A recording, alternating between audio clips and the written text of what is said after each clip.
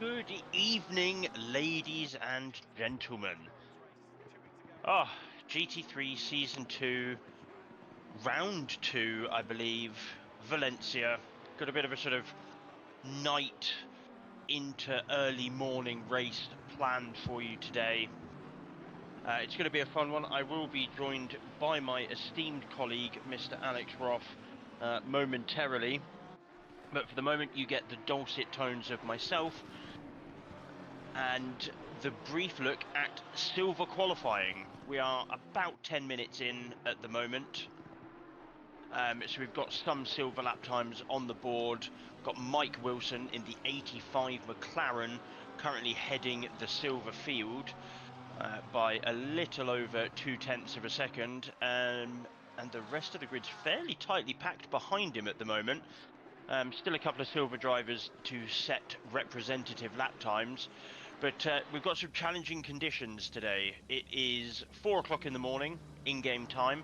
Track conditions are green, and it is 7 degrees, so it's very cold. It's going to be an interesting race when we get into it. Mandatory stop, so I'll go through the race format for you. It is a mandatory stop for fuel and tyres, just the one stop. 1 hour race, and they get 15 minutes of qualifying for each class. With this being round 2, we've got some success penalties to apply. This is something that we like to do because it keeps the competition open, and usually means that the championship is decided in the final round rather than 3 rounds in by some alien.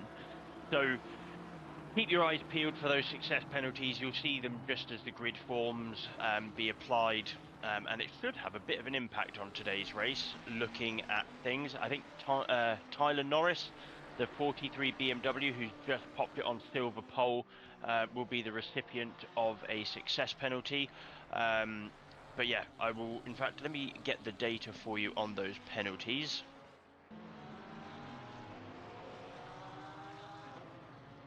We have got, so the winners of their respective classes were the 913 and the 100 car. So the 913 is Damien Konzig from Pro, and the 100 car does not appear to be racing this evening, which is interesting. So yeah, they've elected not to race this evening. We've got a 15-second time penalty for the 230 car from Pro and the 77 car from Silver, who's currently P3. And then a 10-second penalty, or success penalty, sorry, for the number 9 Pro and the number 43 Silver. So yeah, it's gonna have a bit of a bearing on today's race. Tyler Norris currently sat P1 at the moment. Pole position overall and P1 in the silvers as it stands. He will have a 10-second time penalty to serve with his pit stop. So yeah, it's gonna be a tricky race for him to get back onto the podium, but he's showing very good pace today. As for the pro drivers, they will be going out shortly. I suspect that it will be Konzig up at the front again, as it often is, probably followed by Delassou. Winner, in fact, this weekend's 4-hour Valencia race that we hosted. So he's going to be looking for back-to-back wins here at Valencia. It's a fantastic track. And yeah, hopefully Roffy is with me shortly to go through some more of the information. But for now, I will leave you with the onboard and the sounds of GT3's going around Valencia.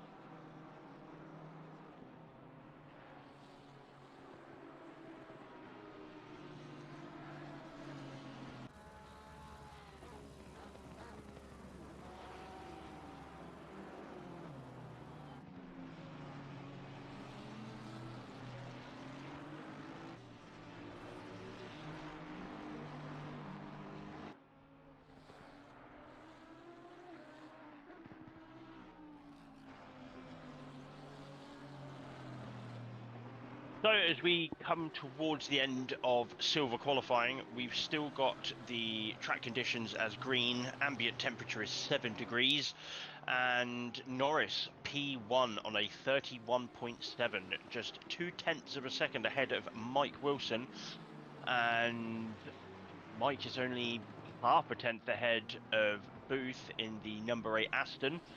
So yeah, a very stacked top 10 for silver. In fact, the top 12 cars in silver are separated by less than a second. So that is going to be a very interesting race for the silver class of cars. Let's hope it's just as tight for the pro drivers, which will be going out in just a moment. We'll be getting ready to send them out on track. Expecting a slight track evolution, but if it doesn't, then we may end up with some pros mixed in with some of these silvers, more so than we are used to, because a 31.7 is a pretty competitive time for a green track. So I'm not sure if the pro drivers will go much quicker than that. Obviously optimum, you're probably looking at a low 30, maybe a 29 if you're super duper fast, but yeah, we'll have to see how this one shakes loose. So we are getting ready to send the pro drivers out.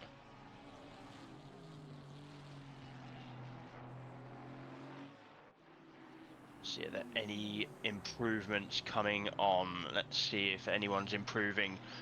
Mike Wilson has just gone pole on a 31.6, but Tyler Norris 0.3 up at the moment. 0.3 up, currently going to set the fastest lap of qualifying. Looks like it will be a 31.4 thereabouts. So let's see if he can bring it home. Not sure if we're riding on board with him at the moment. Looks like we're on board with a McLaren. Norris rounds the final corner now. Still 0.3 up, could have a new pulse into here.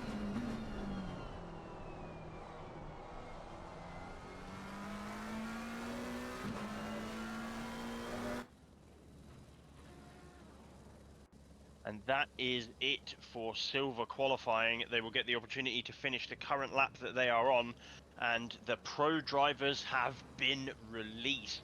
There is a flurry of activity out of the pit lane at the moment, but it is Tyler Norris, the 43 BMW, that takes silver pole by just over 1.5 tenths. Looks like it's going to be a straight fight between Mike and Tyler this evening, but Tyler, with that 10-second penalty, he's going to have his work cut out to get back onto the podium, but they have got nearly a half a second gap to P3 in silver, so it's a good to fair chance one or both of them will be getting promoted to pro at the end of this season if their form continues like this. We've got about 3 minutes now until we start seeing the first pro lap times come out. And yeah, we also have one wild card today. Is the 991 Aston Martin. Max Davies joining us for a couple of rounds, wants to see what it's like to race for QRT. If you're interested in joining these events, if you just want to tag along for one or two of them, we do have wildcard slots available. I'm sure there will be a link put in the chat for you to have a look at. We're available on SimGrid. Just search for QRT Motorsports and you will find us. We've got racing Thursdays, Sundays, and soon to be Tuesdays. We've got a good bunch of activities coming out. We've also got our endurance series. As I mentioned earlier, we raced here Saturday just gone. And the next round, I think, is the 12 Hours of Monza, which is at the end of the month. 28th and 29th of March, I believe, are the dates for that. So if you're not interested in, short, fast action, you fancy yourself as more of an endurance driver, and you've got a couple of friends, feel free to come and join us for the 12 Hours of Monza at the end of the month. And if you like it, you could stay for the whole season. Good evening, Tice. Oh, good evening. Mr. Roth has returned. I'm joined again. Still a little bit vacant at times, but I'm sure you're more than capable of carrying the fort. But I'll be here fully for the race in question. I just stuck us on board with Mr. Bastelli as he starts his flying lap. Oh, fantastic! Yes, we will we'll ride on board and see what he's got to deliver us. Track conditions remain the same. It is a short lap here. Like I said, about a minute 30, minute 31. So track position, very important. We don't allow qualifying overtakes. We don't want to see battling for position whilst we're out on qualifying. If you're stuck behind someone that's slower than you, then that's unfortunate. You're going to need to deal with that. Back off, build yourself a gap. As we have a couple of pro times come through. Delassou putting a 31.3 on the table in the in the Audi that he he described as being a bit woeful last week. Yeah, not looking to repeat last week's pole position. If he does indeed take pole today, hopefully he'd like to take it or at least lead one of the laps this week. Got Soberg in the 69 Nissan lining up 8th. We've got the 424 of Papai at the moment in 9th. So we are starting to see some of these pro times come through. Most of them going straight into the 31 might be a sign that the track's going to ramp up a little bit. But if not, I mean, Soberg and Papai being pros and stuck behind some of the other silver drivers, it's going to be a tricky race for them. You know, they're going to be stuck behind other cars that are battling for position in their own class. Yeah, that could be a tricky one. See where Konzig is at the moment. He is back in the pits, which is a surprise. Danny McCutcheon in the Lexus, he's starting to get up to speed. Let's try and keep an eye on the sector times. You've got quite a lot of people improving on their current laps. So we will have to give it a moment and see.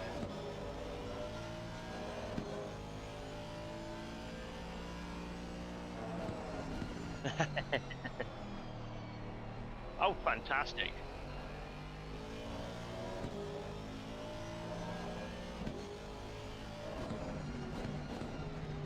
Harry set everything up, but it wasn't fully his idea, but I'll allow him to take credit for it.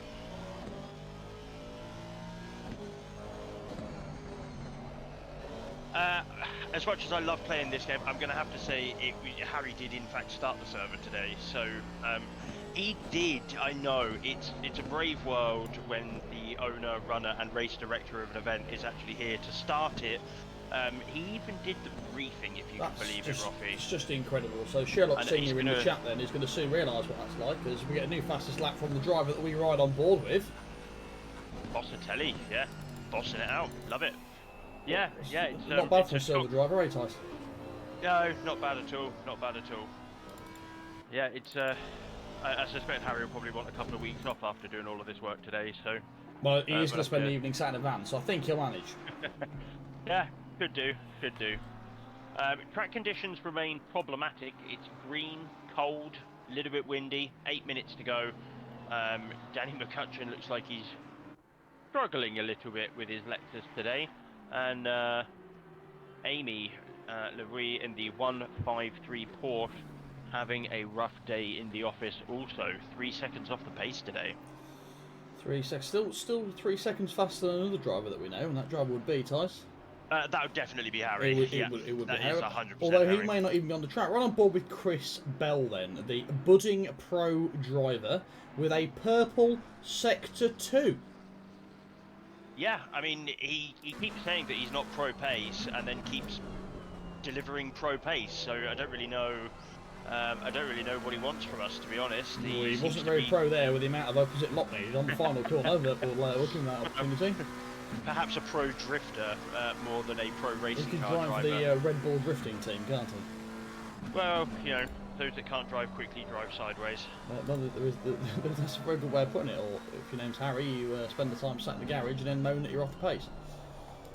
That is, yeah, that's not often the best way to improve, but I suppose it's tricky to drive a racing car. And there we have it, ladies and gentlemen. Luke Sherlock confirming that Chris Bell is a pro. And that is Well, there we go. that's as good as Signed, fact sealed, for me. delivered. That is, Dice. Yeah, essentially that is, that's an immutable fact. I mean, if you actually look in the Bible, I think it actually says that with Luke's quote.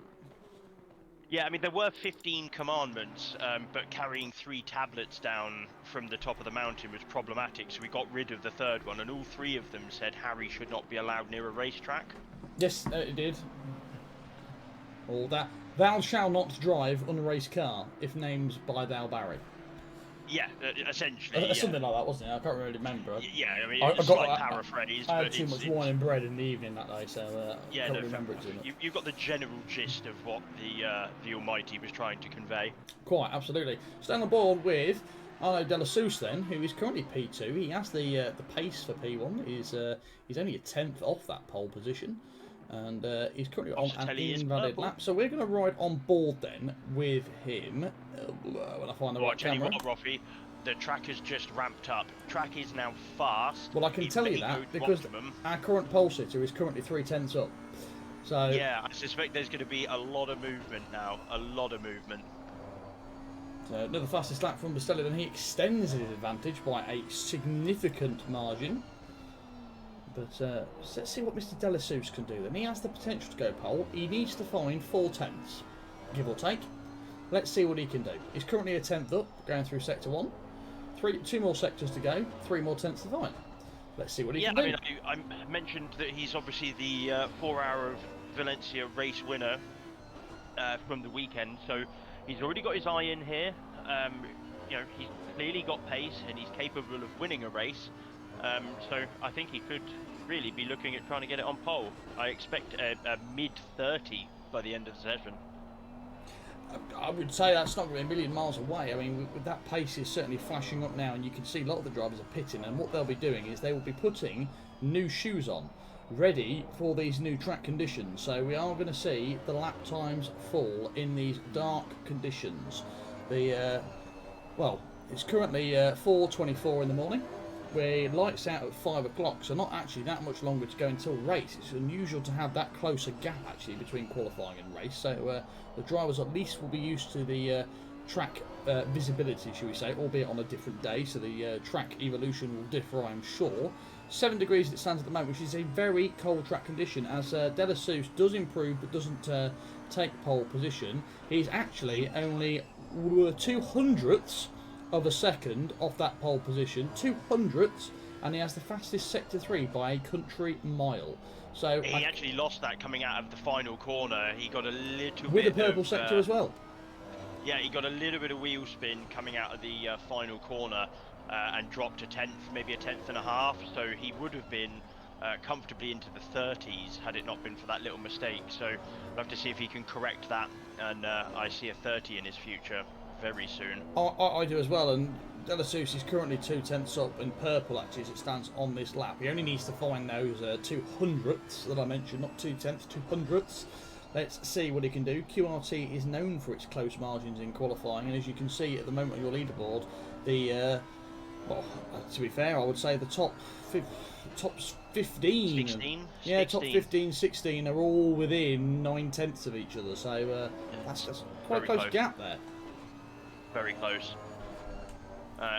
Tyler Norris and Mike Wilson being the outliers there. I see a promotion in their future fairly soon, I would have thought. There's a bit of a gap between those two. Oh, a little bit of opposite lock quad again for the Audi. Yeah, still looks like he's purple though. The Audi, known for its inverted rear wing, takes the fastest lap by another 200ths. So he was 200 down and he improved by 400ths. So there he is standing there. If you ride on board with the rear wing of the Audi, you can see there how the supporting structure loops back over itself and fastens onto the wing on the top, which is a unique structure we see in these cars, Tice. It certainly is. I'm sure there is an aerodynamic reason for it if you hang there it is, rather and than it's mount not it. a reason I have, unfortunately. No, I'm sure I do remember reading about it. It's slightly more beneficial if you hang it rather than support it. I'm sure somebody at McLaren spoke at length about it, and I'd love to say I remember, but I fell asleep. It was that interesting.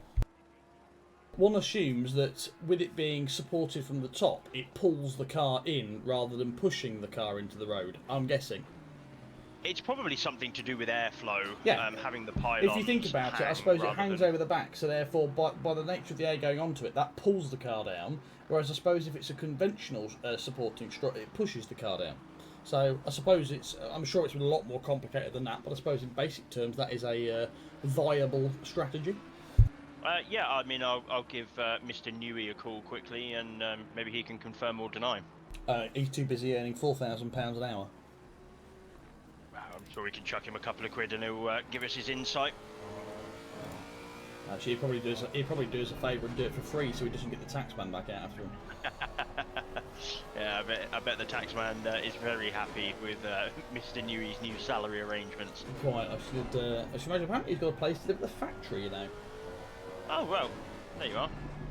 He's obviously intending to be a very busy boy, and it'd be interesting to see actually what he manages to develop on the Aston Martin Racing wet car as well, because I'm not naive enough to think that he won't be taking a wander over to that side of the factory every so often. I'm sure he will find an excuse to loiter around there. I mean, that would be quite the career for him. Was it 25 championships and 19 driver championships and a Le Mans title? That would polish off his cupboard quite nicely. Yeah, I mean, he's not lacking for accomplishments, is he? No, he's not. He's not. And I was actually reading today that once a driver has won a championship with Adrian Newey, after he left the team, no driver has ever won the championship again. So that was hinting towards Max Verstappen's days are now done. But interesting to see what happens there. Good evening, Rockwater95 there in the chat saying hello. Welcome along, enjoying the racing. As we are currently at Valencia for an hour-long race this evening with the GT3 racing. We are currently in our qualifying session, as you can see, and the pros are currently out on track. So with 21 seconds left to go. Delicious parked it, not going to improve with a 30.9. No one else improving other than Soberg and Konzig's improving. Yeah, he's nearly half a second up.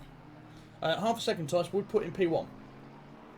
Yeah, he's dropped a couple of tenths, 0.3 now, but he has just crossed the line, so he's got time to go again. He is P2. He is P2. Needs very good job there. 2.5 hundredths of a second. Soberg next to cross the line goes to P4. So that is the checkered flag for those two drivers. The only other driver that's managed to get another lap in will be Konzik, and he's currently purple. Saving the best to last, as per. He's got a long way this lap to go and maintain that delta. We're on board with Van der Hoek then, who is currently a tenth up on his lap time, which would put him quite nicely, P7. That's how tight this leaderboard is, ladies and gents. 1/10 will gain you 4 places. I mean, Konzig will be carrying a success penalty into this event, so, I mean, pole position's where he's going to want to start, minimise that pain, not get caught up in any battles or skirmishes. But, I have to be honest, Rockwater asking what the temps and conditions are. I did read that as terms and conditions, so forgive me a few moments. It's 7 degrees on track and currently clear and dry as it stands at this moment in time, as Van der Hoek parks in the car park there.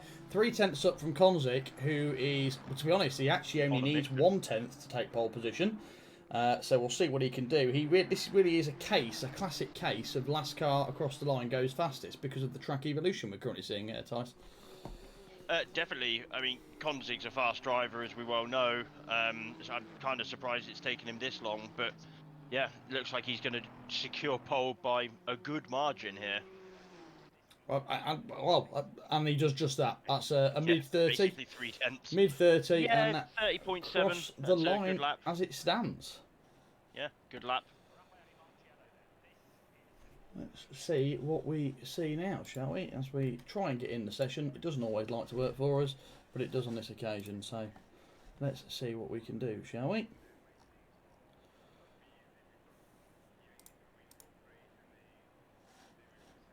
And we are seeing the success penalties being applied now. So, as I said, Konzig with a 20-second success penalty. So, yeah, if he has a regular pit stop, that's going to add 20 seconds to that time. That's, yeah, that's going to take some overcoming. But if he's got that kind of pace, he might be able to build that kind of gap. Oh, you'd like to think so. I'm just going to display our wonderful grid walk system on the screen now, which you can now see at home. And we will have a look at see what that looks like as the drivers start their formation lap. 150 miles away from his rig. Got training for it. What training does that include, Luke? success penalties are for the Champion League race winner. So they are. Tice will take you through those because I believe he's applying them. I'm not actually. Harry, if you can believe it, has decided Is to he do really? that part of it. Yes, I know, if you can believe it. Who is this man? I know, he's an imposter, clearly. But to talk you through them, the success penalties are as follows. For each class, the top 3 from that race will get a success penalty. It's 20 seconds for first, 15 seconds for second place, and 10 seconds for third. And they will also carry over. So there is a car that's not racing with us tonight. They have a 15-second penalty, I think, for coming second. That will be carried over into the next race that they do race with us. So it's not a case of you can win one, skip one, and then you're released of that. That penalty follows you. So yeah, it's going to be an interesting one. So we've got the 913, the 9, the 43, the 77, and I believe at least 2 other cars with success penalties. So yeah, Tyler Norris is going to struggle to hang on, I think, to P1 in silver, and Konzig will very likely struggle to hang on to P1 in pro. But we've got an hour to find out, Roffy, as we start the formation lap. We certainly do, and I'm going to very quickly whack on the starting grid for you wonderful people at home to see what that looks like. I'm hoping that's going to work. It's the first time we've used it at QRT. It may not, so worst case scenario is we'll ride on board with the rear wing of our pole sitter.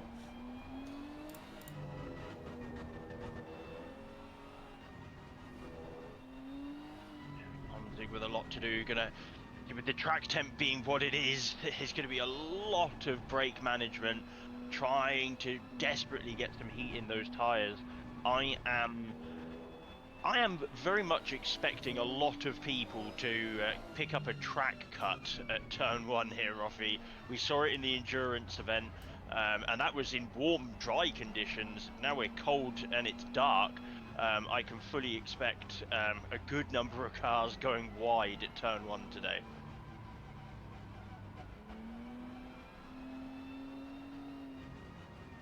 Yeah, he's just riding the brakes, trying to desperately get some temperature in those tyres so that he's got something amounting to grip when he gets to turn 1. We have seen a few people actually in previous events drop the car on the formation lap. I think the 153 Porsche was the last person to do that. They had a little incident trying to get their tyres up to temperature, managed a full 360 before rejoining the pack, which was quite an entertaining touch. So yeah, we're getting towards the final sector now. We should get the lineup in double file message any moment now, and we will start forming the grid ready for the green flag. So here we go, we're starting to bunch up now, getting into side by side. Konzig still working the brakes. Gonna have to let the pack catch up a little bit. Looks like he's ahead in his box. Delisu's got to be thinking he's got a fantastic opportunity for a win here.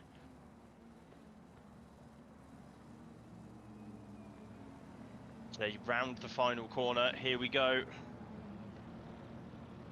Should get the green flag message just as we get to the Repsol board, I think.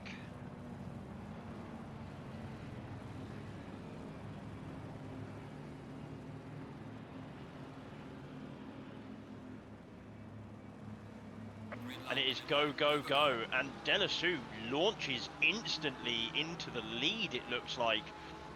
Konzig's still got the inside line though, so going to throw it up the inside, try and keep it stuck. Delisu's still there though, on the outside. He's going to be a brave man to try it around the outside of the GTR there. They all bunch up into turn 1 and all of it looks nice and clean at the moment. Probably famous last words, but Harry's briefing probably still ringing in some of the drivers' ears as we see one car, the 888 car, meeting Barry R. That is not the race that they would have wanted, but Konzig successfully keeping the lead at the moment. From Delisu.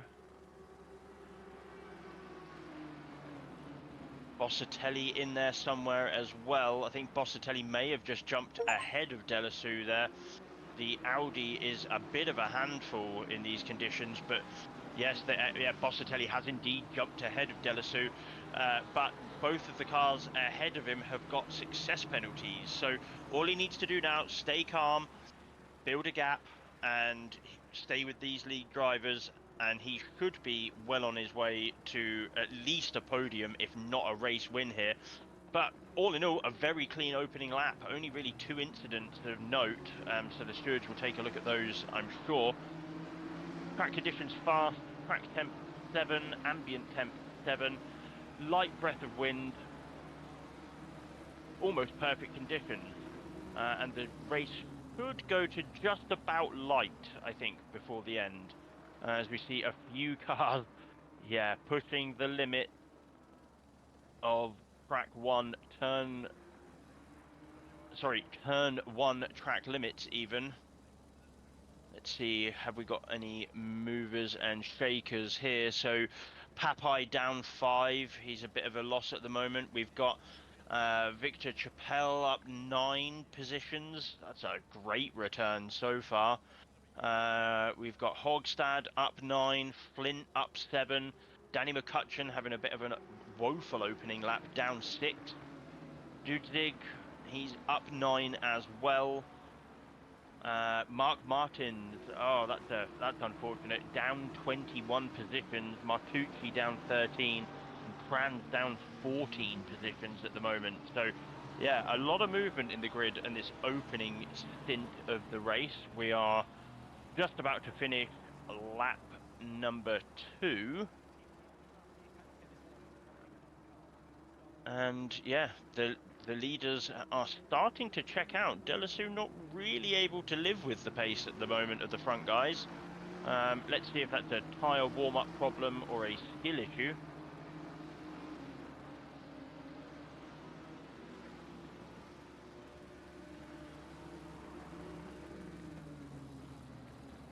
We see Konzig putting a 31.4 on the table straight away. Yeah, Delasu having it's a 37 flat according to ACC for his opening lap. That was not what the doctor ordered. Mike Wilson looks like he's dropped back a few. That's not how he would have wanted his race to start. Chris Bell has managed to jump ahead of him. They are in different classes, mind. Tyler Norris hangs on to P1 in silver and P8 overall, which is, you know, a great drive for him so far.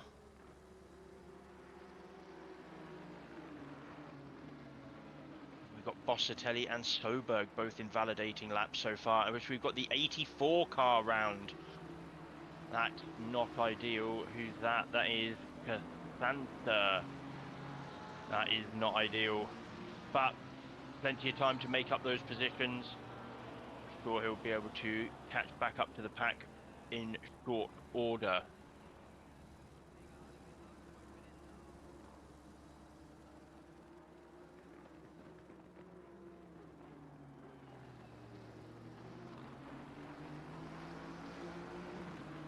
So Konzig bringing us round to end lap 3. And a 31.3. Bossatelli with a 31.7. Delasu with a 31.6. They are the only cars in the 31s at the moment, the top 3. Everybody else in the low to mid 32s. So I suspect there could be a good old gap forming, which will be very good news for Konzig. He's got that 20-second penalty, and the same for Bossatelli. He's going to have, hopefully, a big gap to fall into if they keep this pace up. Yeah, give it about another 20, 25 minutes, and we will probably start seeing the first round of pit stops. What have they missed, Tice? A very clean first lap, actually. And to be fair, it's been very clean all the way through. Had 3 incidents worth talking about in 3 laps. Konzig maintains the lead. Yeah, a good opening first few laps. Fantastic. Valencia always does offer some good racing. It can offer a catastrophic lap 1, though. It definitely can. It definitely can. Rockwaters asks what are the pit stop rules. 1 mandatory pit stop for tyres and for fuel. Refueling time is not fixed. Not that it would matter much anyway, because you have to take tyres as part of your pit stop. But yeah, no pit window. They're free to take their pit stop whenever they like, but they must change tyres and add fuel once this lap. This race. New fastest lap there from Konzik with 31.3 and not too far. Delasou's 31.2. Not too far of what we saw qualifying times, and they'll be on full or very near fuel, or a lot more fuel than they were in qualifying. So that's quite a statement at this stage of the race, does. Yeah, it's probably, as you touched on earlier, track evolution, an element of being a little bit more confident with the track now, potentially a bit of slipstreaming, but yeah, we're almost into what was qualifying pace. A qualifying pace indeed. Obviously the 30.7 there. I think we'll probably exceed that as the track warms up as well. We are currently 8 degrees. We're a degree warmer. Sun's going to come up as well in the next 30 to 35 minutes. That will have some impact on what we're seeing. Delasou's 31.2 as it stands at the minute. Closest battle on track that we are currently witnessing is this one we're on board with, which is Tyler Norris and Van der Hoek. Yeah, it looks like we've got Tyler Norris, Van der Hoek and Callum Scotland all jostling for position, but a second separates all 3 cars. Van der Hoek and Callum Scotland are both pro drivers, with a silver Tyler Norris providing the meat in an odd sandwich there. That BMW is pretty handy around here though. Good on the curbs, good traction, pretty grunty in a straight line. But that Porsche sounds evil, and I'm here for it. Konzik, big statement there. That's a 30.9. Delasou's is going to cross the line. What's he going to do? Doesn't put anything faster on there at all. With a 30.9, we're 2/10 off that qualifying time. Give it 2 more laps, and we'll be seeing that pole position again, guys. Yeah, Konzik, he's got one opportunity, and that is to drive very bloody fast. But 3/10 down on his best this lap so far. So you've got to balance that driving quickly with not taking everything out of the tyres straight away. What you don't want to do is find yourself in 5 laps time with having completely ruined tyres. Valencia is known, even in these cool conditions, to really work that rear right tyre. As we saw at the weekend, a lot of rear right punctures in the endurance event at the weekend. It's a lot of load here, Robbie. It's a lot of load. What have we lost Amy Louvie already? I'm not too sure. Oh, I don't know it's her outlap. It's her outlap. Oh, okay. So just standout drivers as it stands at the moment then, for me, is Jules Flint, who's up 10 places, standing P20, started P30. Oliver Dudzik as well, P35 to P24, up 11 places. And Max Davis, 41 to 31, up 10 places as well. Yeah. So quite some moves made so far. Riding on board with the rear wing of Christopher Bell. As it stands at the moment, fastest lap 32.9, car chasing him down 32.5. That's just a case of when, not if, Tice. Oh, Amy having a big snap of oversteer there, turn 6. That was not what the doctor ordered, but he has got a pit stop out the way, so it's just plain sailing from now on. But I do wonder if those tyres are going to be worth much at the end of this race. 50 minutes to go, probably plus 1 lap. That's a long way to go. Ooh, Chris Bell there, showing his talent exits, stage left. That's him, unfortunately, cracked under the pressure and goes wide into turn 1. Tries to rejoin, but he has gone from bad to worse. He has now lost 14 places, Tice. That's not ideal. Obviously, Chris does have to mow at least one part of the lawn per race. And oddly electing to go off where there's no grass, Roffy. So I don't know if that's going to count or not, or if he's going to have another spin later on. I'm not entirely sure who's going to be cutting that lawn, but it certainly won't be him as we stay on board with him as he gets himself going again. He's got some work to do now, Chris. Get yourself going. Yeah, his tyres are going to be screaming, I would have thought. They are... Yeah, he's got a lot to do now. A lot to do. Well, here's a driver that's had a lot to do and is doing it, which is Tyler Norris, and he's got to keep Van der Hoek behind him, Tice, who is currently lapping at exactly the same pace, but I think that's more of a cork in the bottle scenario than anything else. Possibly, yes. Callum Scotland there is actually the cork in the bottle. You can see the gap there as they go down the start-finish straight. You can see that's just starting to form. Yeah, just saw Amy and Casa Santa having a bit of a coming together there, as we see Berger in the 35 Mustang take a pit stop nice and early as well. I think he was involved in an incident, so might be repairing damage as well. But yeah, that'd be a long way to go now for this. Long way to go. A long way indeed, Tice. A long way indeed. This is by far one of the closest battles we've currently got, but actually it goes all the way up to Mark Gibson, currently in P7, who is currently having some Papai pressure from Christophe Papai behind him. Callum Scotland there will be soon be on that scene as well. Yeah, I think Papai's a little bit out of position. He's a pretty competent driver. I think he's actually lost a few positions on this opening lap. So, sorry, on the opening lap, and he'll be looking to make amends. Gibson, as per, driving well. Needs to try and make sure he attacks Scapath in the Bentley to avoid being attacked himself by Papai. But yeah, I don't see a place for the Mustang to really stretch its legs here, Roffy. It's not really the car I'd pick for Valencia. No, because it's front engine, so it's immediately a disadvantage at this track. You've only got the start-finish straight, and it's quite a sweeping final corner, so you can't really plant your foot on the exit without losing it. And then by the time you sort of get through the gearing ratios, you're thinking about turn one again. So it's not really the great. But if you actually look at the calendar that we've got this championship, this probably is its worst circuit. I think everything else will be good for the Mustangers. Leon kindly points out in the chat that Chris was in his natural habitat. Yes, yeah, I would agree with that. Natural habitat being anywhere but the racing line, I suppose. Yeah, I think Gibson's going to struggle here, but it's good that he's still making a good account for himself. I don't think 7th place is too bad, and he might find himself picking up positions because of the success penalties and other incidents ahead. So, plenty to play for. Definitely a top 5, a possibility. And if this is the worst track for the Mustang on the calendar, then that's a great return. However, I have actually just realised it isn't the worst track on the calendar. Oh, dear. It's because next week we're at Laguna Seca. Oh wow, yeah, that's going to be all kinds of fun. But I mean, Gibson definitely looks like he's putting a lot of pressure on Scapath at the moment. But that Bentley just able to drive off of the corners in a way that the Mustang isn't, and it's keeping him out of harm's way at the moment. It certainly is keeping him out of harm's way. Guess who else is out of harm's way this evening, Tice? That'll definitely be Harry, as he's definitely Harry. He'll be on his way in into grumbling. So bless him.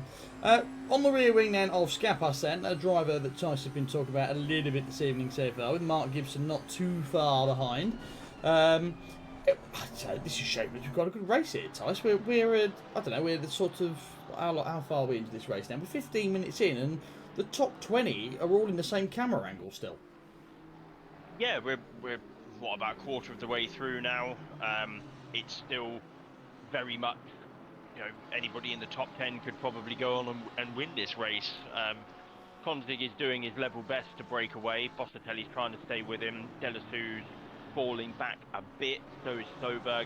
But yeah, I mean, to have this close a grid after 15 minutes of racing is great to watch. Certainly is. Looking down the back of the current race time, we have currently got Darren McAllister, who's flagging up for me. We'll have a look at him there. He's having not a bad race himself. 33.8. He is one of the silver drivers this evening in the McLaren. And I have to be honest, Tice, he's doing all right for himself down there. He has lost some places, granted, but I think he's going to bring himself back up gently. I think the terminology there is. Yeah, I've been keeping an eye on Mike Wilson. Raced here at the weekend, had a good result, and his pace is pretty solid actually. Last lap set his fastest lap of the race, which was a 31.5. He's very much on par with pretty much everybody ahead of him. In fact, quicker than some of the cars. So yeah, he's definitely primed to stay with that group and get amongst it. Tyler Norris is only one position up the road from him. So yeah, it's 5 seconds is the gap, I think, between Tyler Norris and Mike Wilson at the moment. And Tyler Norris has got a 10-second penalty, Roffy. So if Mike can keep it to that 5 seconds, he Oh, might a well. little bit of wobble there by Isgro. That's in the Aston. It's unusual to get a wobble in the Aston. Yeah, that's you've got to be going really too you're, fast. You're doing well if you're wobbling an Aston. I think the terminology is there. And that Yeah. 77 Aston Martin reminds me of that phenomenal looking Aston Martin they made of the 177 all those years ago. Yes. That What was a car beautiful. that was. Konzig, in answer to your question, is currently P1 by a little bit of a margin of 8 Not tenths. No, We're the right on gap's board half with a his rear second. wing. Yeah, I think Konzig's had a moment somewhere. That gap was 2.5 seconds. It certainly now was. half a second. Now, what we shall let the ladies and gentlemen know is obviously we're starting a new series on the Tuesday, Tice, and we haven't had this conversation between the two of us yet, but we are going to look at bringing you the commentary for both Tuesday and Thursdays. And we certainly are. We'll be leaving the endurance racing, I think, to Raven and his team. But the Tuesday and the Thursday, Tice and I are looking to fill that gap. 60-minute race in the evenings, and what more than you people want other than listening to our voices on a weeknight? I know. I mean, it's like we give, and give, and we don't really take anything, Roppy. We present them with fantastic racing and a great community to race in, and great commentary. I think that's we hit the trifecta. Absolutely, 100%. This battle is definitely spiced up. I think Konzig has lost that gap, and he's in a bit of trouble here, Tice. He certainly is. I mean, there's blue flag cars ahead. That's going to cause him some problems. The gap's barely 6 tenths at the moment. His last lap was a 32 flat. Something's gone wrong, or he's just run out of talent, which seems unlikely. But yeah, Bossatelli, he's got eyes on that P1 at the moment. That he certainly has. Let's actually see what things look like for Thomas's view here. Let's ride on board with his helmet cam as he's hunting down the car in front of him. You can see there, he is absolutely on the limit. And I love the Aston Martin. It's one of my favourite cars in this simulator. Thank you very much for the follow, by the way, there, Key 6395. We are currently on board with P2, chasing down P1. Who's got the better advantage on the straight here, Tice? I would probably have to say it's the GTR. That thing gets up and shifts real quick. I think if the straight were much longer, it'd definitely be the Aston, but the way that GTR just hooks up and goes, I think Konzig's got the advantage for most of it, but he did run wide at the exit of turn 1, almost certainly picked up a cut for his troubles, and he's 2 tenths down. So, bad to worse. Let's have a look who else is moving. Papai all over the back of Norris now. That's going to do Van der Hoek and potentially Mike Wilson some favours. Just have a quick ride on board here. That is a gaggle, Roffy, if you want to tune in on that one. Gibson, Scotland, Norris and Papai. We've got 5 cars with Gapas heading it, battling over that piece of track. So 6th to 10th, having a good old ding-dong at the moment. Absolutely. We'll go on board with the helicopter for this one. I do apologise if the camera angle's a little bit slower at changing. I'm currently restricted to 2 monitors instead of my usual 4. So I'm having to tab between programmes to get you the latest racing action. But we are now on board with Mr. Skapas then. P6 driver with P7, 8, 9 and 10 arriving for that P6 position. So Skapas, followed by Gibson, followed by Scotland, followed by Norris, followed by Papai, all lapping in the mid-32s. However, there has to be a slowest driver of those 4 Tice, and the slowest driver is the one at the front. So we have got a cork in the bottle situation. We certainly have, but Valencia is a tricky place to overtake. You need a reasonable delta to be able to affect an overtake, and Skapas is driving the big boy in the Boatley. It's not something you can just muscle off track or slide down the inside of come what may, but he is about to get held up by some blue flag traffic, so maybe that will present an opportunity. Who knows? But yeah, he's definitely the cork in the bottle. I think most of the cars behind him could be going significantly quicker if it weren't for Skapas. Yes, one of the standout drivers for me as it stands at the moment. Tyson, I'd like to have a quick scroll through the standings and pick a standout driver. Rafe then, who currently is P29. and he's lapping sort of mid 33s, high 33s. So he's sort of the front of this pack behind him, if you like, and the cars in front of him are sort of low 33, so he's not really going to make much headway into those. So he's just got to have a cool and calm race. Now, we are 38 minutes remaining on this race. All drivers have to make one pit stop. I think we're going to end up seeing some triggers being pulled soon, Tice, I would imagine.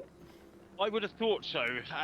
Typically, the sort of fastest way to run this race will be to take your pit stop bang smack in the middle. Obviously, those with success penalties may want to extend that first stint, see if they can build a reasonable gap, and look to slot into somewhere after the majority have taken their stop. But yeah, it's going to be interesting to see how it all pans out. Consig's not got a gap anymore. It's a tenth of a second between him and Bossatelli, but both with success penalties. So, yeah, they're rapidly running out of gap at the moment. And every lap that they battle, they are allowing this group behind them to just close up and close up and close up. 13th, first to 13th are separated by maybe 10 seconds. So, they don't really have the time to be squabbling, as Bossatelli actually makes it past Consig now. So that is a change for the lead.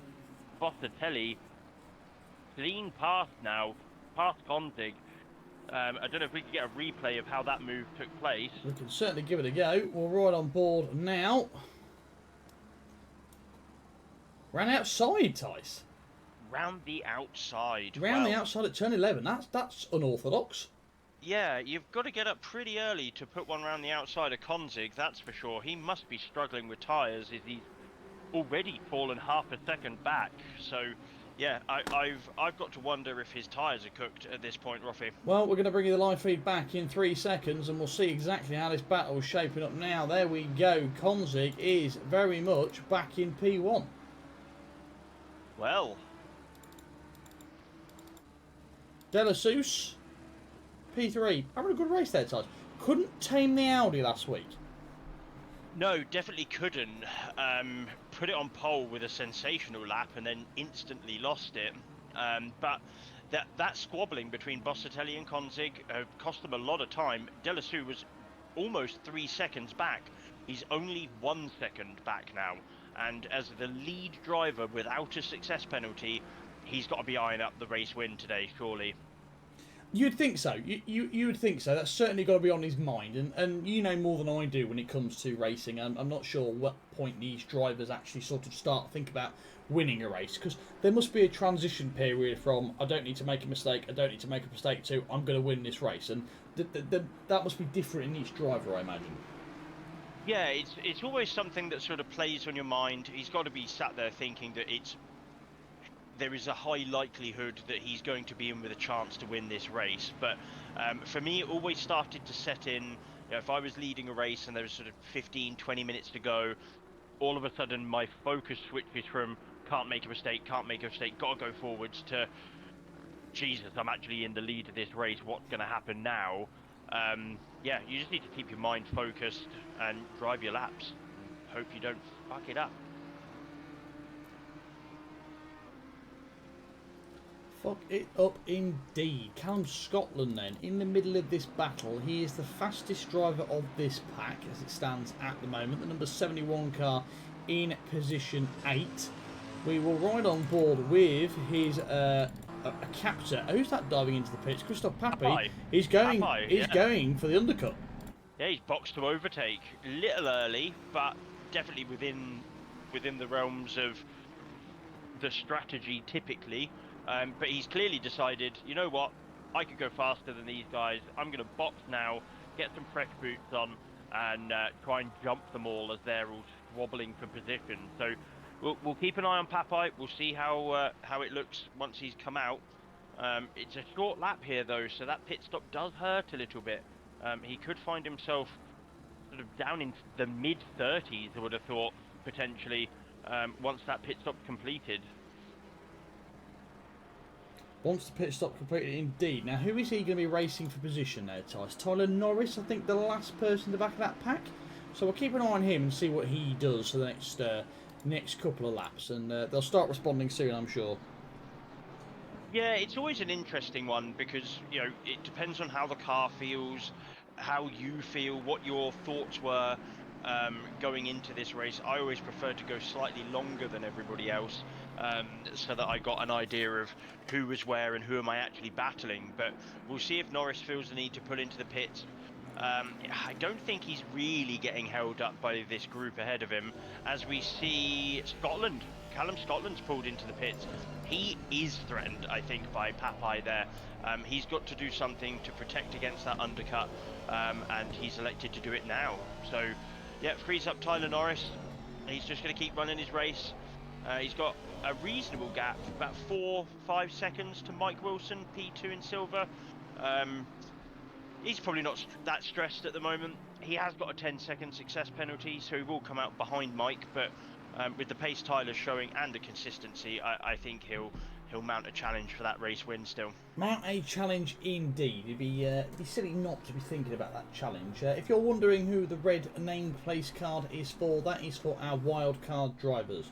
So, Rockwater, yes, you can join the championship, but you would not be in a class. So you can still claim points, you just wouldn't be in a designated class, and you'd be treated as a pro driver. So by all means, join the championship, head on over to the Discord, head on over to the SimGrid page, you can get yourself signed up. But we do run this series all the way through the year. We run the Tuesday series all the way through the year, and we have an endurance series as well. And Sunday nights is going to be our new one-off events, which will be either a 90-minute race somewhere or a 2.4-hour series somewhere. But Tyson and I will strategically place the dates of those events based on the Formula 1 calendar.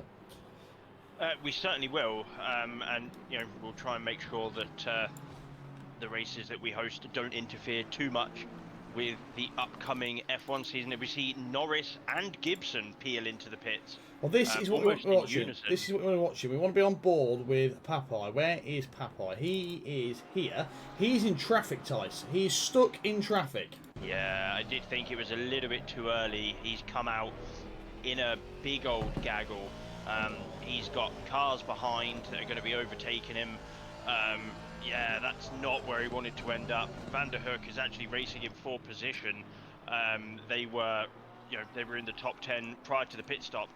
Track has now flicked over to optimum. Flap, so we might flap, see flap, whatever the word is, over to optimum. It has indeed. So lap times may start improving again. Tyre life will be a little bit better. Not going to be sliding around quite so much. But yeah, Papai's stop might have been a smidge too early. Norris, obviously, with that penalty. Gibson, they're still stationary at the moment, though, Roffy. They are still stationary. So Gibson is moving. Gibson is now moving. Okay, this is the moment of truth. It's a very short lap here, remember, in the grand scheme of things. Gibson's released of his pit limiter, so he is now almost up to racing speed. Norris was the battle, really, for Papai. So let's see where... Scotland's exited stage right, I think that was. Who was that there? Yeah, Callum Scotland turned left. Yellow flag. Let's see what he does. Then flung right. Live on your screens now is what Callum Scotland's done. Let's see what he does. Yeah, he turns in for turn 1. Car says no thank you and spits him back out.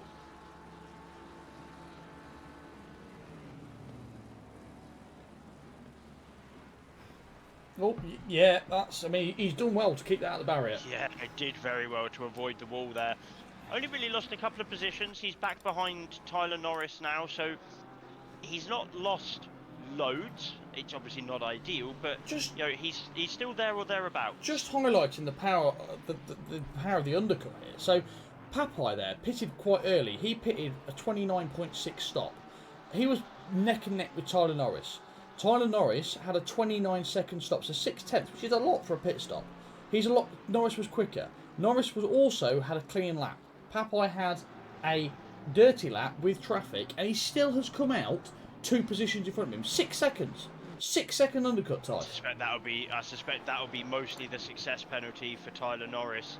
You know, his pit stop might have been 29.3, but he would have had to have sat there for 10 seconds. So yeah, I suspect it's the penalty that's been the difference there, but you know, Papai currently 23rd at the moment on the back of Van der Hoek. He's fallen back a bit from Gibson, who he was racing, so yeah, I don't know if the undercuts worked for him yet.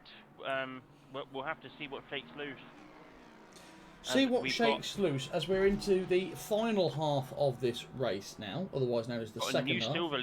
New silver leader in Booth and Flint for P2. So Mike has elected to pit as well. Mike Wilson has pitted and he's come out, and he is about 2 seconds ahead, I think, of Tyler Norris at this point. Danny McCutcheon then to us as well. He's closing in on the Israeli driver in front of him, of Chappelle there, who is, this is currently pro on silver, obviously, so it's not for classification position. However, he is giving McCutcheon a bit of a run for money. Now, we should point out McCutcheon is a very experienced driver around Valencia, having raced here at the weekend as well for 4 hours on his own. So he knows his way around here, doesn't he, Tyce? He certainly does. I'm not sure he was in the Lexus last time. I think he was in the Ferrari. So I don't know which car I'd pick for this one. I feel like I'd probably go for the Ferrari if I'm honest. That Lexus is not necessarily the best car for this track. I don't think. Front engine, very fast. Very quickly, Bastelli hasn't pitted, but he has managed to put himself into P3, Tyce. Yeah, it looks like Delassou has managed to make a move on merit as Konzig dives into the pits. So yeah, Delassou overtook on merit there. We'll have to see how this pans out. As he's got some traffic on the exit, does well to avoid it. Has to check up a little bit. That's not the optimal line through there. Yeah. Gapas is pitted as well. Looks like he might release everybody behind him. Who's the lead driver that's pitted? Stoberg at the moment is our lead pitted driver, and he's midway round his lap. So he is, and he's 2.5 seconds up on his PB, Tyce. Wow, that's some good going. I suspect the timing tower might just be having a bit of a moment because it's his out lap. But if he is, that's going to be one heck of a lap. It certainly is. It certainly is indeed. But obviously sometimes the timing information we use is not always 100% accurate, courtesy of Kunos and their SDK. But at the minute, he's showing he's going to do one hell of a lap in a minute as he heads down the final straight now. Yeah, let's try and find where Konzig has come out.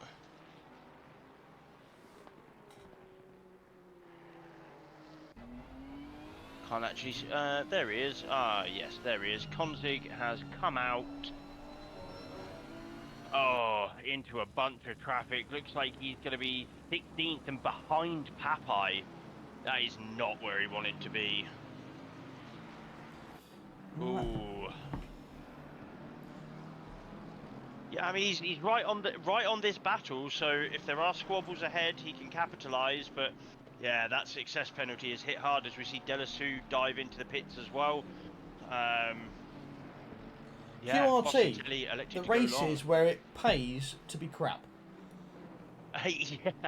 Yeah. I mean, Delassou may have accidentally played a blinder by taking P4 in the opening race, so that he can go on and win the next race. So maybe some Alain Prost style vibes there. The professor just doing what he needs to do to get the maximum amount of points possible, not end up in squabbles, not end up in skirmishes.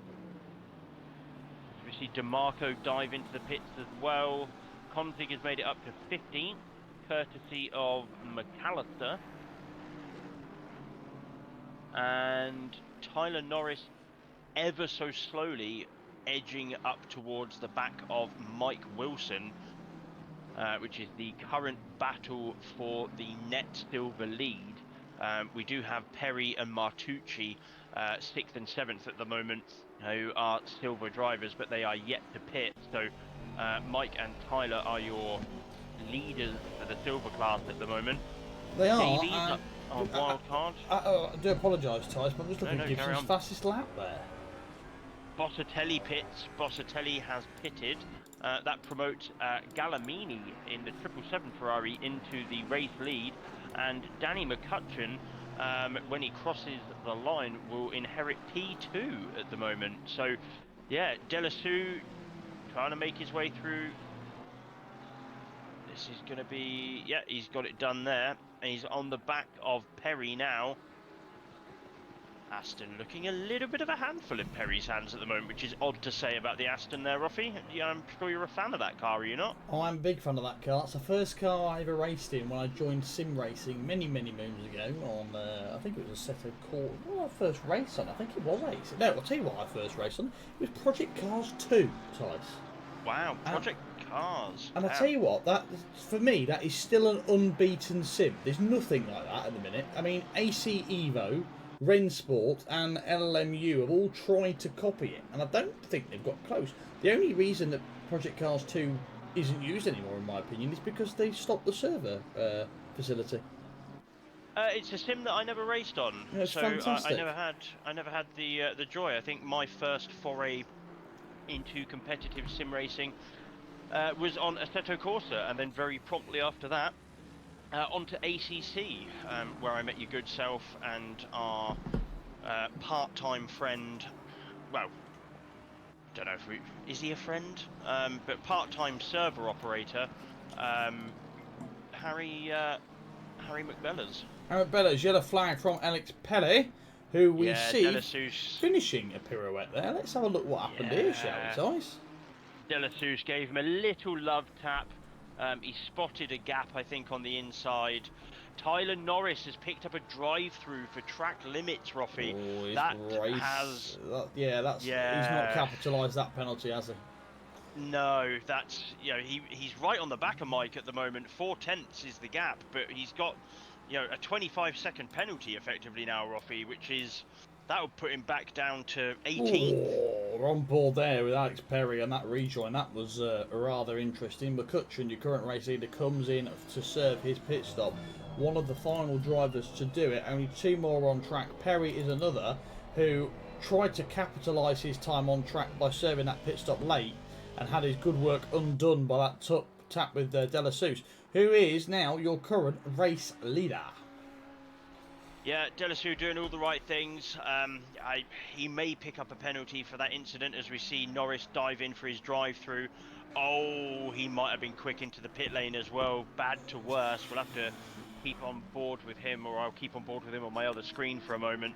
I have a weird feeling he may pick up another penalty for speeding in the pit lane. He was still hard on the brakes as he crossed the line. It's not usually a sign of a driver that's fully under control, Roffy. And oddly, he's parked up. I don't know why he's done that. It's a drive-through penalty. He hasn't said his pit stop. He has served his pit stop.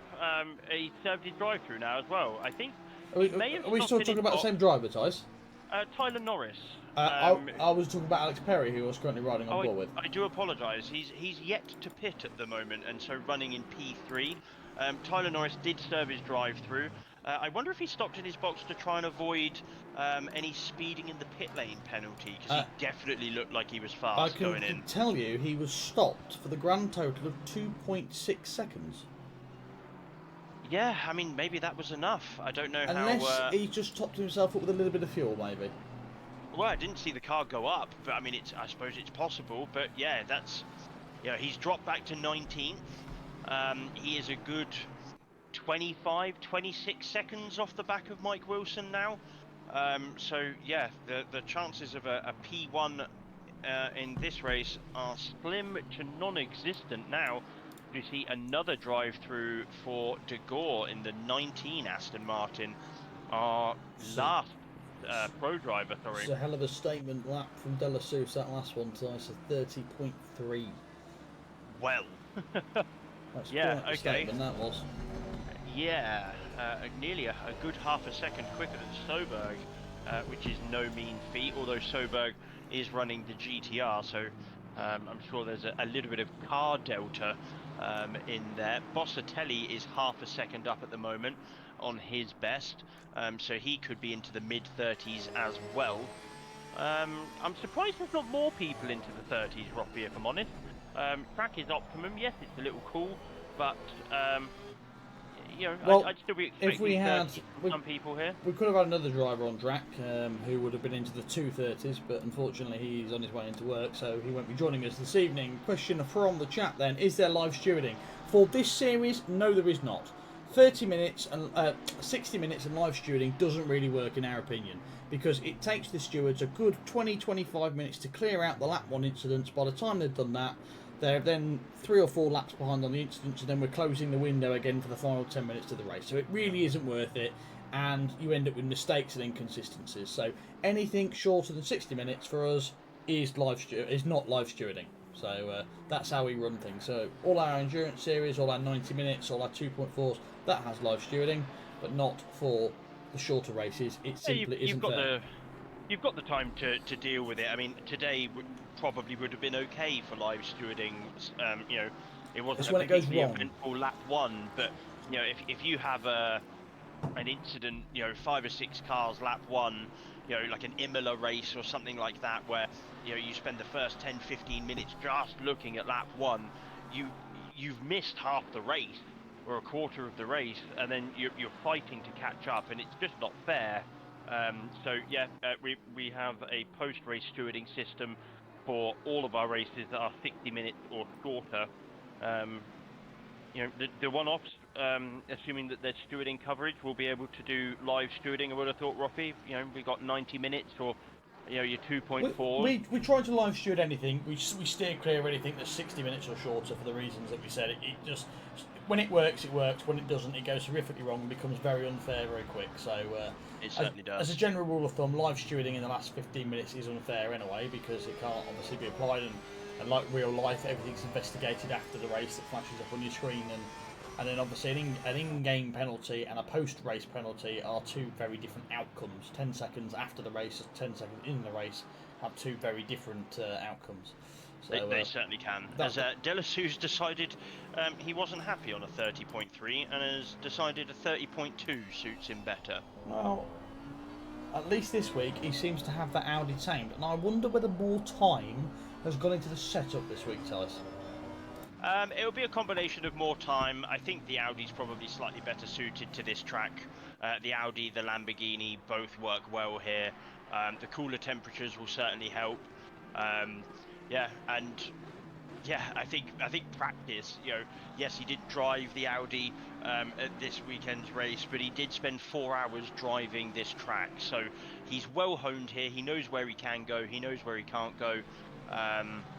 Yeah, I think that's just the experience from the weekend, as we see Konzig having a scrap with Van der Hoek there, makes it through, so that's him up to P7. His race has gone from bad to getting better again. One thing we haven't discussed this evening, Tice, is have we all seen Verstappen's new GT3 team in the GT World Challenge? I have not. Talk to me. He has entered the team. As we know, he's starting a racing team for Le Mans. If you check your PDA, Tice, I'll send you what that car looks like and his entry there. It looks phenomenal. And it's also an Aston Martin. So immediately I like it. That is a good-looking livery. It certainly is, isn't it? Yeah, the Aston does look good in race trim.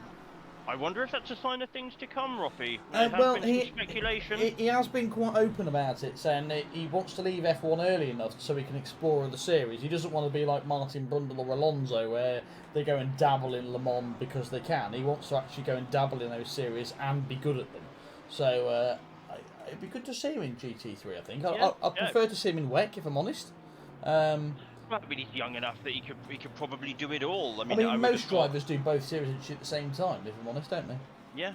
I mean, a driver of Verstappen's caliber, whether you like him or not, you know, he's certainly been able to drive the wheels of most things he's got in. So it wouldn't surprise me if he doesn't wrap up a championship in F1 this year or next. He might go sod it and go and start winning in GT3 hypercars. Do what he wants. The world is literally his oyster at this point.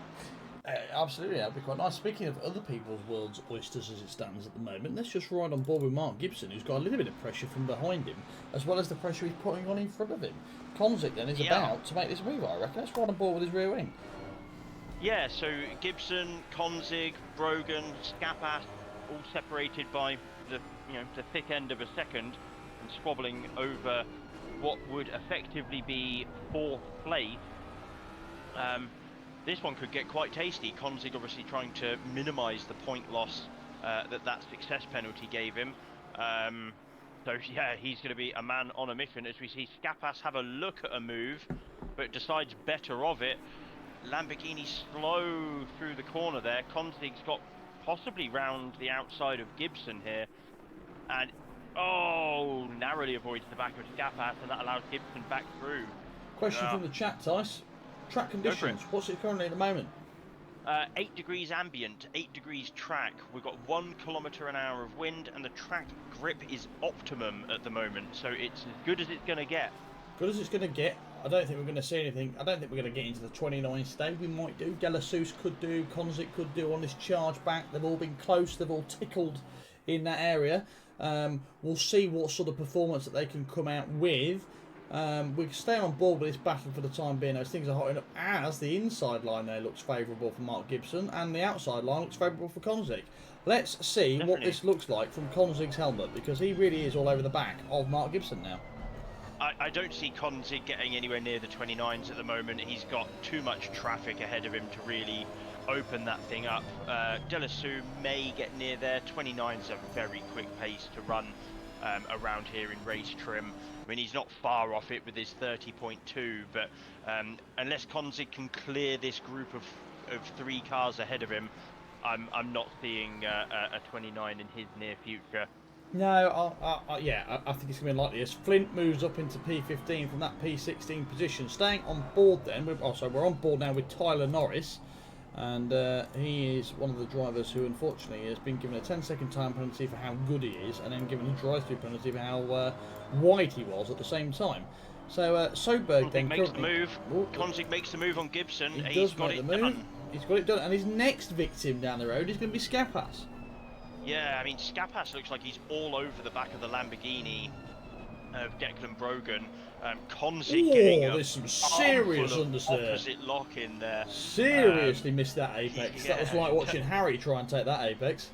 Yeah, he turned in, front end didn't want anything to do with it, back end said, hold my beer, and the only thing that separated that car from a trip to the gravel was Konzig's ability. So well gathered up, and yeah, Skapas is going to want to clear Declan Brogan sharpish, because if he doesn't, Konzig's going to be... Skapas scare him though, that's the problem. Well, yeah, I mean, Declan Brogan, you know, he's a good driver, very quick in the right conditions, and at the moment putting his car exactly where it needs to be to keep the Bentley behind. Which all that's doing is playing into Konzig's hand, who, let's remember, was our today's pole sitter. Let's see how we can... Ooh, let's see a wobble at the rear end of that under braking. Let's see what he can do here down the straight. Jump on board with Chopper Cam, and let's see what this is going to look like as they go down towards turn 1. Skapas looks like he's in more of a position than Konzig to do anything here, but Brogan having to go defensive. Is Skapas going to get the up and under? No, he's not. Look at the speed that Konzig carried around there. He's going to switch it back. He's going to go and try and go underneath Skapas now. Too far back on that occasion. Lamborghini defending. Oh, and things get a little bit shapy there for him again from Declan Brogan. Let's jump on board with Declan Brogan. Skapas goes for it, hits Declan Brogan and goes off for good measure, allowing Konzig through the pair of them. Little tap on the way out there from Konzig. No, Konzig's there. He's definitely benefited from that as the Lamborghini is definitely. Still... I'll tell you what, the stewards may take a little look at that, Tice. They might. You know, we tried our best not to penalise every little nudge, knock, or incident. You know, this isn't the FIA. You know, we do accept that in GT cars racing, you will have some contact from time to time, so we'll have to see what comes of that. But yeah, that bold move by Skapas, which didn't pay off, has released Konzig, which is kind of the opposite, I would have thought, of what Skapas was looking to do. Yeah, exactly. Which sort of, unfortunately for Skapas, he was playing it quite cleanly and actually came off worse. However, he's very promptly back on the scene, Tice. Yeah, I would imagine, you know, he's clearly got the pace, he's clearly faster than the cars ahead. It was just a bold move. Konzig 11.5 seconds back from Bossatelli with 9.5 minutes to go. That is a tall order, I think, Robbie. I suspect P4, and P4's the best he's doing. Yeah, but Bossatelli is currently lapping the quickest on the track apart from De La Souza, so Conzi's going to struggle to make any further up there. Damage limitation for him, I think he'll be happy with P4 considering how his race has gone. He'll go into the Laguna Seca race, a track that I think the GTR is pretty good at, without a success penalty, and claiming the maximum amount of points today he can without getting a penalty. And you'd have to say that the three cars that he's most likely to be in a championship battle with will all find themselves with penalties. Absolutely, and I tell you what, Laguna Seca, you want to be in a Porsche, it's a great car around there. It is so good around there. And for me, the best car and corner combo are the Craner Curves at Donington Park. For those who don't know, that's the S-Benz in Sector 1, and the Porsche. Oh my God, what a combination. That is a beautiful combination. I can see that. I do hear, though, that Laguna Seca might be quite a warm race. So normally those cars that are tricky on their tyres, like the Porsche, may struggle. It won't be a two-stop race by any stretch, but may struggle as Konzik goes wide again. Probably won't pick up a cut for that. But yeah, it's wide again. So 8 minutes to go, pushing hard. It's easy to make a mistake here, easy to pick up a track limits penalty. So could a drive-through change the dynamic of this race? You would think so. You would think that would be... Ooh, wow, as Van der Hoek very quickly arrives on the scene there and very nearly took out the two cars in front of him. That was a case of looking up and seeing the bumper of the car in front of you there. But Declan Brogan then doing everything he needs to do at the minute, Tice, to keep these cars at bay. Yeah, he's positioning his car well, he's making it difficult for an overtake and essentially putting people where they have to make bold moves that will likely not pay off to try and get past. The only thing he needs to be mindful of is not getting caught up in a bold move and taken off the racetrack, as we see Konzik getting all kinds of sideways on my other monitor there, trying to get past this blue flag traffic. Blue flags here are tricky to deal with. There's not a lot of places to sort of easily let a car through, and you know they can play a big part in the race. Gapaz has got a good run here. Is he going to be able to do anything? The helicopter's going to show this. Oh wow, that really he has arrived. Oh, that was silly by the Lamborghini, in my opinion. Yeah, it did look like he chopped back across a little bit. Obviously, we'll have to see what the stewards think. Yeah, almost bordered on moving under braking. A bit of a reactionary move by Declan there. We'll see what the stewards think, but yeah, Skapas is through now. Let's see what he can do here.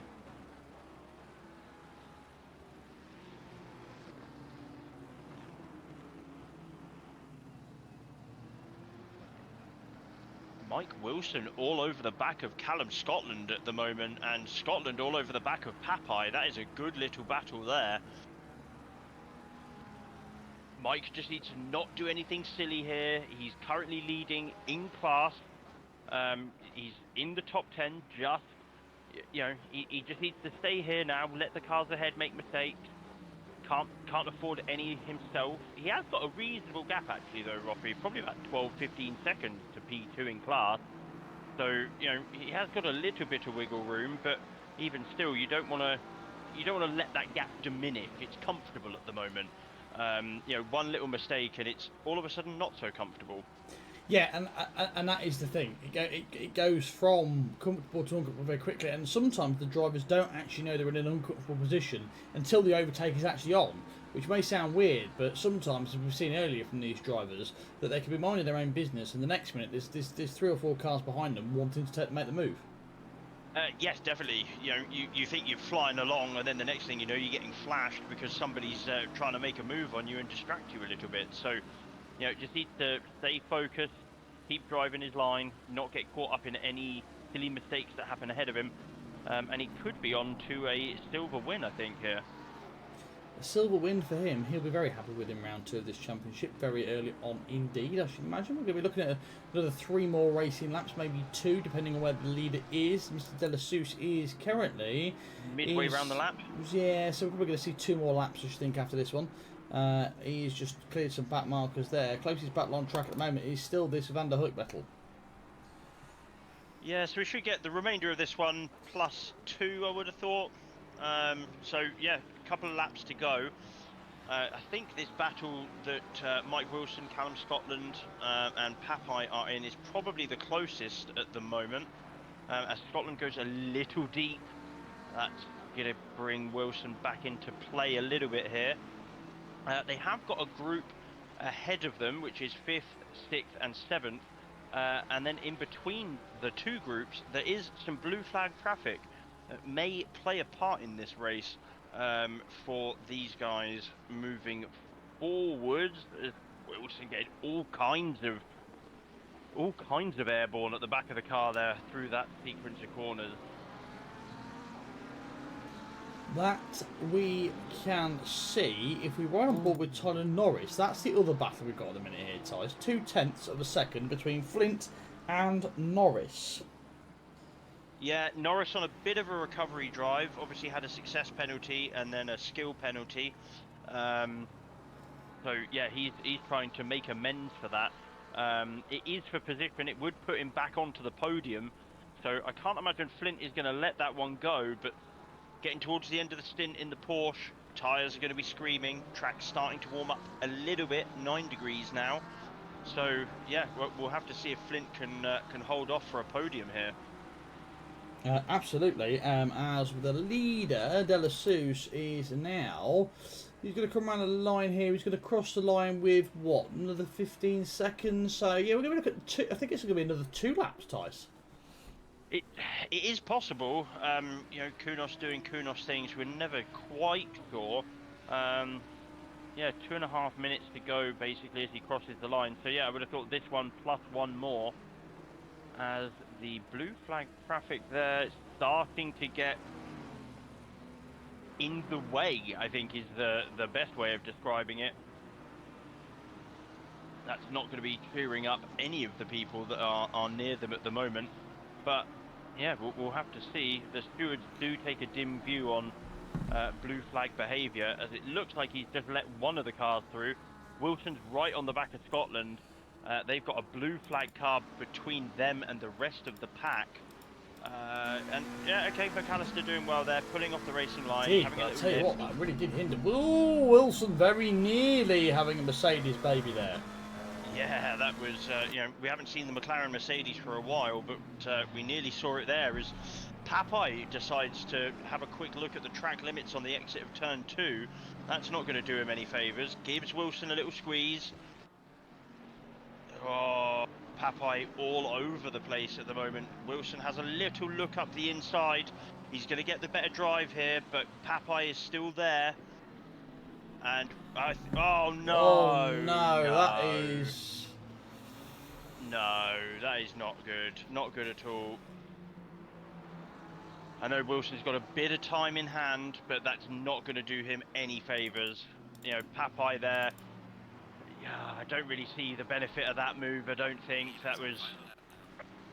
There we go. That's the final lap notification. Final lap notification, then. Yeah, I don't see what Papai was looking to achieve there. It was a gap that was always going to be closing. Wilson committed to the corner, and he just shoved his nose there. So I would have thought that would be a penalty. And the gap between Wilson and P2... A 10-second penalty will hound the place back to Mike Wilson, essentially. He will still lose one net place. Comfortably, yeah. Bit of a silly move, that one. Yeah, a little bit late in the race. You know, you've been racing hard for nearly an hour now, and yeah, those silly mistakes can creep in. Mike, though, still has a 16-second gap between him and P2 after that little excursion, so all is not lost. Remain calm. You're on the last lap. Don't do anything silly, and you'll take the checkered flag a silver race winner. That you will. We're on board then with our current race leader, Arnaud De La Souce, who actually started this race in P2. Looked pretty promising through practice and qualifying. Couldn't quite get it happen there, but we know in qualifying the track was evolving that quick. It was a case of who was there at the end. So you can't really say that he didn't get pole by lack of skill. I think it was more timing and track conditions. So as he now approaches turn 14, the final turn of this circuit, as he now puts flat to the floor, is flashing his lights. He's going to win this race. Comes in, there's the pit wall. takes the checkered flag. That is a winner. Back-to-back Valencia wins for Delasu there. That's fantastic. As Papai goes from bad to worse, he's picked up a drive-through on the final lap. So that's going to drop him back a bunch of places, plus a potential penalty hanging overhead. He'll be lucky to stay probably in the top 20 at this point. Such will be the time loss. We'll have to see what happens. But yeah, drive-through here is about 25 seconds. If he doesn't serve it, I think it will add 30 seconds to his race time, Rocky. So, and a potential 10-second time penalty. 40 seconds of penalty is a possibility for Papai at the moment. He is. He crosses the line. I don't know where that's going to lump him. He's got a 30-second penalty in-game for not serving the drive-through, so that's going to drop him back to probably 18th or 19th all by itself, I would have thought. Yeah, so Mike Wilson comes across the line to take the silver race win. Fantastic drive there. Rietveld in the 92 Porsche coming home for P2. Flint managed to hold off Tyler Norris for P3. Norris will be kicking himself here. Could have easily had P2 even with that penalty. But the drive-through really hampered him. So Papa's penalty's not yet been applied. No, he got a couple of cars yet. So yeah, Papai dropped to 15th off the back of that penalty. And another 10 seconds would take him outside of the top 20. Wow. Probably around 21st, unfortunately, I think. So yeah, not a great last couple of laps, I don't think, there. Absolutely not. What we will very quickly do there, Tice, is I think we will quickly have a quick look at the race highlights then from what was a very good race there. Yeah, a very good race yet again. So you know, let's have a quick flick through the highlights, see if there's anything that we did miss. Don't actually have a highlight reel, so we won't be doing that. Well, never mind then. So we will be back next Thursday. Before we take over the Tuesday series. You've got Raven on Sunday night for the multi-class series there, which is looking quite spicy. And I think things are hotting up this season. But we're very much looking forward to the British GT starting as well a week next Tuesday, which Tyson and I will bring you the live coverage for. And then we've also got the Endurance series as well at the end of the month that we'll be bringing back our live comments for. So thank you very much for joining us this evening, and we will catch you next week. Good night.